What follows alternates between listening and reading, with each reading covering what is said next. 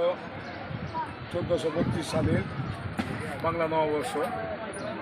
এই 1432 নববর্ষ উপলক্ষে আমরা ছোটো আকারে, যেহেতু ফিলিস্তিনি নিয়ে আমরা মুসলমান, এই কারণে আমরা ছোট্ট আকারে নববর্ষ পালন করতেছি।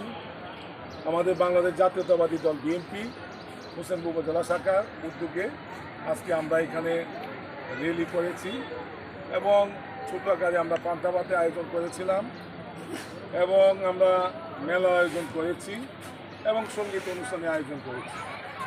আসলে বাংলা নববর্ষ অতীত থেকে আসছে, এটা যে গ্রাম বাংলা একটা ঐতিহ্য, একটা অনুষ্ঠান হয়, মেলা হয়, গান বাজনা হয়, এটাই আমাদের কালচার চলে আসতেছে। সেই হিসাবে আমরা মুসলমান হিসাবে যেহেতু ফিলিস্তিনি নিয়ে একটা আমরা ষড়যন্ত্রে আছি, মুসলমানদের উপর অত্যাচার চলতেছে, সেই হিসাবে আমরা ছোট আকারে, ছোট পরিসরে আমরা এই অনুষ্ঠানটা করতেছি।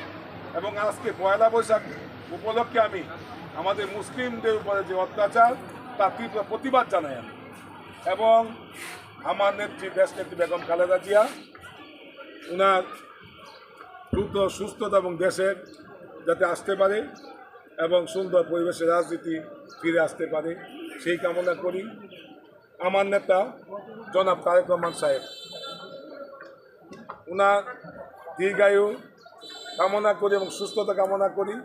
উনি যাতে দ্রুত বাংলাদেশে এসে ঐক্য মাধ্যমে বাংলাদেশে একটি সুন্দর পরিবেশে আমরা একটা সরকার গঠন করতে পারি, সেই আশা প্রত্যাশা রাখি এবং সকলকেই এই হোসেনপুর উপজেলাবাসী এবং সারা বাংলাদেশে সকলকেই আমি এই নববর্ষের শুভেচ্ছা জানাচ্ছি এবং আমাদের সকল অঙ্গ সংগঠনে সকল নেতৃবৃন্দকে আমি নববর্ষের শুভেচ্ছা জানাই এবং আমাদের হোসেনপুর বিএনপি এবং সকল অঙ্গ সংগঠনের পক্ষ থেকে আমাদের কেন্দ্রীয় নেতৃবৃন্দ সহ সারা বাংলাদেশে বিএনপি সকল নেতৃবৃন্দকে এই নববর্ষের শুভেচ্ছা জানিয়ে আমি আমার বক্তব্য শেষ করলাম। আসসালামু আলাইকুম।